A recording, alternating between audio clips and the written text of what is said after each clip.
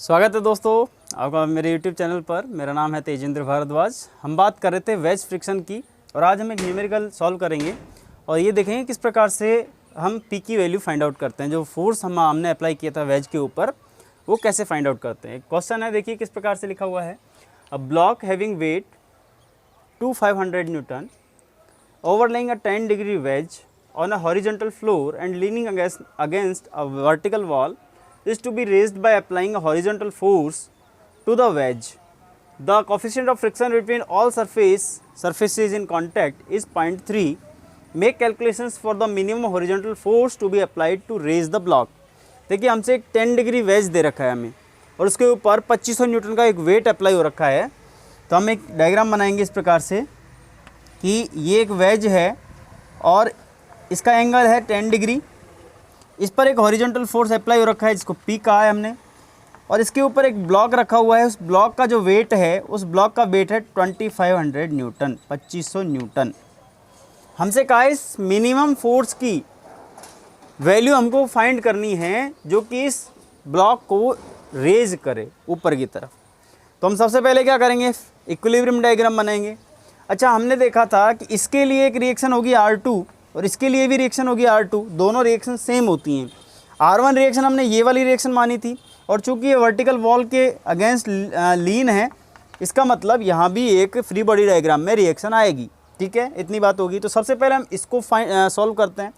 इसमें जो वैल्यूज आएंगी उसको इसमें पुट करेंगे वेज वाले इक्विलिब्रियम कंडीशन में, तब जाके पी की वैल्यू फाइंड होगी। किस प्रकार से, देखिए सबसे पहले हमने ब्लॉक मान लिया, ब्लॉक कंसिडर कर लिया। इस प्रकार से ये ब्लॉक है, ठीक है, और इसका वेट है 2500 न्यूटन, ये भी हमको पता है। एक रिएक्शन है R2 इस यहाँ पर लगी हुई है R2, ठीक है। हमने ये देखा है कि जैसे ही हमने फोर्स अप्लाई किया P, ये ब्लॉक है ऊपर की तरफ जा रहा है, ऊपर की तरफ जा रहा है। इसका मतलब ये हमको कंसिडर करना है, ब्लॉक तो इस तरफ जाएगा अपवर्ड डायरेक्शन में, इस तरफ नहीं जाएगा, ठीक है ना, ऊपर की तरफ इस तरफ जाएगा। लेकिन हम ये मान के चलते हैं कि इस तरफ भी जा रहा है, तभी तो हम फोर्स ऑफ फ्रिक्शन इस तरफ लगाएंगे। ये हमने F2 लगा दिया। फिर हमने बात की थी कि इन F2 और R2 के बीच का एक रिजल्टेंट होता है, उसको हमने S2 नाम दे दिया, और इसके बीच का जो एंगल होता है उसको हमने φ2 नाम दे दिया, एंगल ऑफ फ्रिक्शन।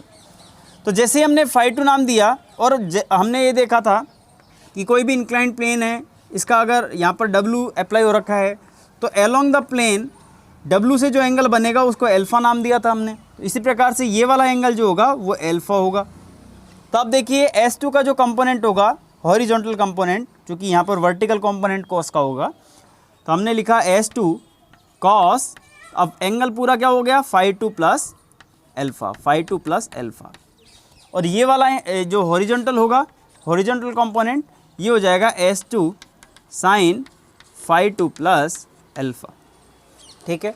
अब दोस्तों हमको अल्फ़ा की वैल्यू तो ठीक है, अल्फ़ा की वैल्यू हमको दे रखी है 10 डिग्री, ये वाली वैल्यू हमको 10 डिग्री दे रखी है, लेकिन हमको फाई की वैल्यू नहीं गिवन। तो फाई की वैल्यू कैसे फाइंड आउट करेंगे। तो हमको म्यू की वैल्यू तो गिवन है, म्यू की वैल्यू हमको गिवन है 0.3, और हम सभी जानते हैं म्यू इज इक्वल टू क्या होता है, म्यू इज इक्वल टू होता है tan फाई। और जैसे ही हम फाई की वैल्यू फाइंड आउट करेंगे तो फाई इज इक्वल टू इसको कर देंगे tan इनवर्स 0.3। तो फाई की वैल्यू हमारे पास में निकल कर आ जाएगी। जब आप 0.3 को tan इनवर्स मतलब कैलकुलेटर में इसको सॉल्व करोगे तो आपके पास में डायरेक्टली वैल्यू आएगी 16.7 डिग्री। ठीक है, और हमारा बहुत इजी हो गया। हमको क्या करना है, दूसरी रिएक्शंस R2 की बात तो हमने कर ली। इस वॉल को जब हम हटाएंगे, रिमूव करेंगे, तो यहाँ पर एक रिएक्शन आएगी जिसको हमने नाम दे दिया R3, और चूंकि ब्लॉक ऊपर की तरफ भी जा रहा है मतलब रिएक्शन नीचे की तरफ लगेगी, जिसको हमने नाम दिया रिएक्शन तो R3 है और फोर्स ऑफ फ्रिक्शन है F3। इन दोनों के बीच का एक रिजल्टेंट होगा, S3 नाम दे दिया, और ये वाला एंगल जो होगा वो φ3 होगा। अब मैं क्या करता हूँ, S3 के दोनों कंपोनेंटों को लिख लेता हूँ। यहाँ पर हो जाएगा S3 cos φ3 और यहाँ पर हो जाएगा S3 sin φ3। वर्टिकल डायरेक्शन और हॉरिजॉन्टल डायरेक्शन में तो हम लिखेंगे sigma f of x is equal to 0। तो हॉरिजॉन्टल कंपोनेंट्स का एल्जेब्रिक सम हमको 0 के सम रखना है, 0 के इक्वल रखना है। हॉरिजॉन्टल डायरेक्शन में एक तो है cos φ3 और माइनस इस तरफ से कौन सा आ रहा है, इस तरफ से आ रहा है S2 sine φ2 plus alpha.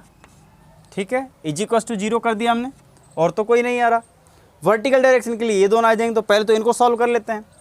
S3 cos phi 3, cos phi 3 की वैल्यू फाई 3 देखो phi 2 is equal to phi 3, क्योंकि यहाँ पर क्लियरली मेंशन्ड है कि the coefficient of friction between all surfaces in contact is 0.3, मतलब जितनी भी सर्फेस चाहे ये हो चाहे नीचे वाली सर्फेस हो, सभी के लिए 0.3 वैल्यू हमको गिवन है। इसका मतलब फाई की जो वैल्यू आएगी सभी के लिए आएगी। तो 16.7 माइनस S2 साइन, अब यहाँ पर 16.7 प्लस 10 ये हो गया 26.7 इज इक्वल टू 0। तो आप यहाँ पर लिख सकते हैं S3 cos 16.7 is equal to S2 sine 26.7। इन दोनों की वैल्यूज आप फाइंड कर सकते हो, तो या तो S3 को S2 की टर्म में या फिर S2 को S3 की टर्म में यहाँ से सॉल्व कर सकते हैं। ठीक है, दूसरा केस देखते हैं, sigma F Y is equal to 0। Vertical direction में देख लेते हैं। तो वर्टिकल डायरेक्शन में हमारे पास में आएगा नीचे की तरफ है S3 साइन फाई, ये फाई 3 है, प्लस में एक 2500 न्यूटन का फोर्स और लगा हुआ है, और माइनस करेंगे S2 cos phi 2 plus alpha is equal to 0। इस प्रकार से लिख दिया। S3 साइन फाई 3 की वैल्यू होगी 16.7 plus 2500 is equal to S2 cos, इन दोनों की वैल्यूज होगी 26.7। ठीक है, ये 16.7 ये 26.7। जब आप S3 की वैल्यू या यहाँ से S2 की वैल्यू ले लीजिए, S2 is equal to S3 cos 16.7 divided by sine 26.7। तो आप जब ये वाली वैल्यू सॉल्व करोगे S3 की टर्म में, तो हमारे पास में वैल्यू आएगी 2.132 S3। S2 is equal to 2.132 S3। अब यहाँ पर S2 की वैल्यू आ गई S3 की टर्म में, ये शायद तक आपको दिख नहीं रहा होगा, इसलिए मैं ऊपर लिखता हूँ इस पूरी वैल्यूज़ को।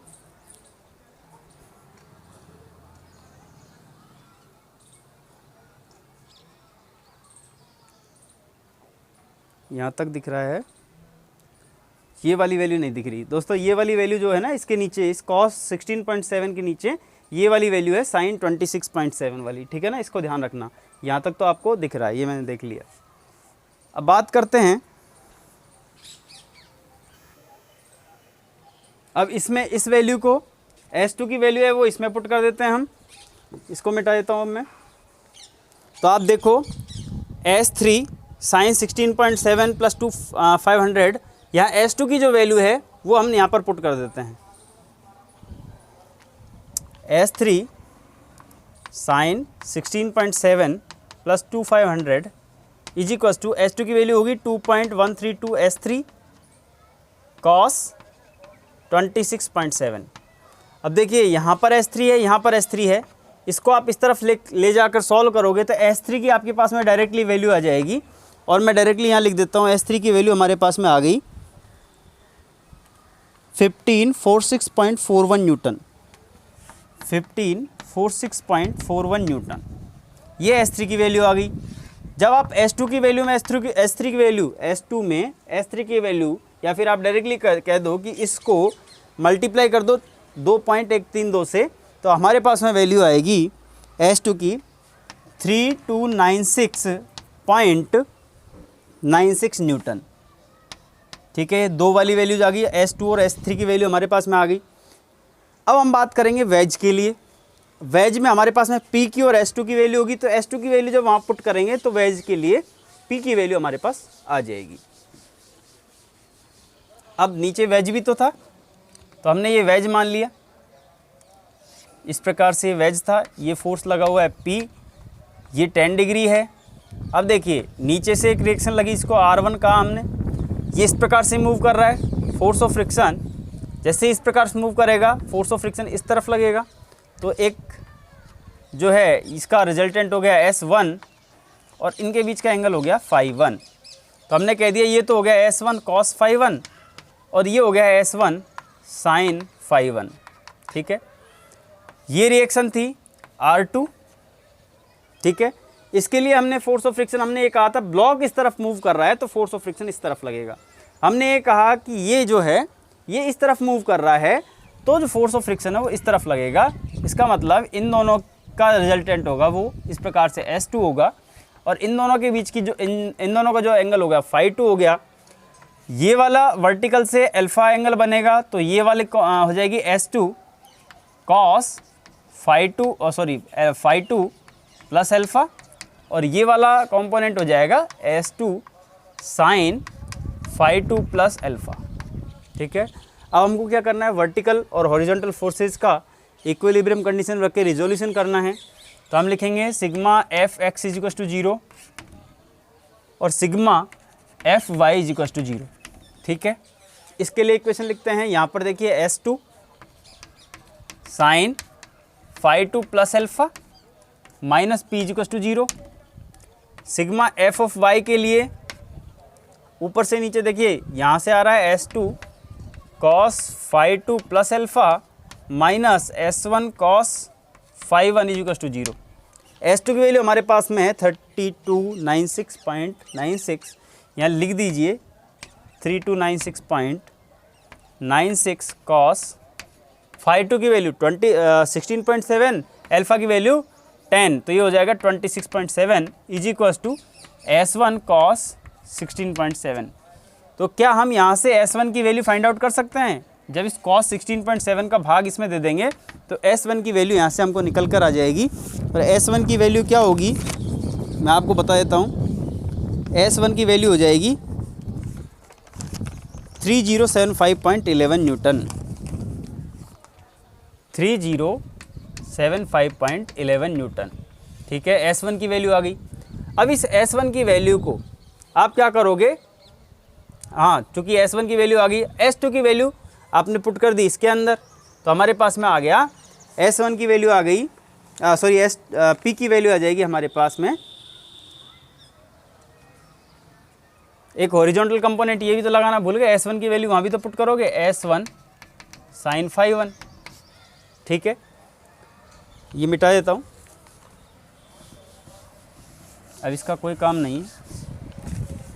S1 की वैल्यू तो यहाँ पुट कर दो 3075.11 साइन 16.7 प्लस S2 की वैल्यू आपने पुट कर दी यहाँ पर 3296.96 sine 16.7 plus 10 26.7 is equal to P। अब डायरेक्टली आप इसको सॉल्व करोगे तो हाँ आपको P की वैल्यू मिल जाएगी यहाँ से। और P की वैल्यू कितनी आएगी? P की वैल्यू आएगी आपके पास में 2365.4 न्यूटन।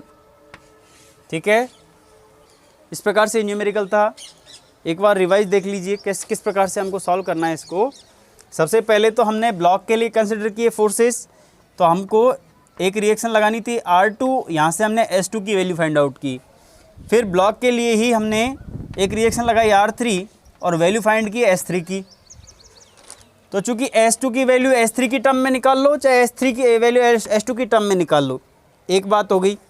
जैसे ही आप एक इक्वेशन से S2 की वैल्यू फाइंड आउट करोगे S3 की टर्म में, दूसरी इक्वेशन में आप उस वैल्यू को पुट करके इन दोनों में से एक वैल्यू निकालोगे तो दोनों वैल्यू आपके पास में आ जाएगी। फिर जैसे ही आप वेज के लिए बात करोगे तो वेज के लिए एक रिएक्शन थी नीचे से R1, ठीक है, इसका रिजल्टेंट S1 माना था, और ऊपर से जो S2 की वैल्यू आपके पास फाइंड आउट हो चुकी है, मतलब हमने जो रिएक्शन निकाल चुके हैं R2 की जो रिएक्शन थी उसकी टर्म में हमने S2 की वैल्यू हमने निकाल चुके थे जो रिजल्टेंट था। तो आप क्या करोगे, फिर यहाँ से S1 की वैल्यू निकल जाएगी, ये तो हमको पता ही है, और यहाँ से P की वैल्यू फाइंड आउट हो जाएगी। बहुत इजी क्वेश्चन है और बहुत इजी मेथड है इसका सॉल्व करने का। हमको केवल और केवल रिजल्टेंट की वैल्यू फाइंड आउट करनी है। रिजल्टेंट की वैल्यू फाइंड आउट करते ही हमारे पास में पूरे क्वेश्चन की as it is value solve हो जाएगी। ठीक है, तो दोस्तों इस वीडियो में ये न्यूमेरिकल मुझे लगता है आपको समझ में आया होगा। वीडियो आपको अच्छा लगा हो तो प्लीज़ वीडियो को लाइक कीजिए, अगर आपकी कोई डाउट्स हो तो प्लीज़ कमेंट कीजिए और वीडियो को ज़्यादा से ज़्यादा शेयर कीजिए। बहुत बहुत धन्यवाद।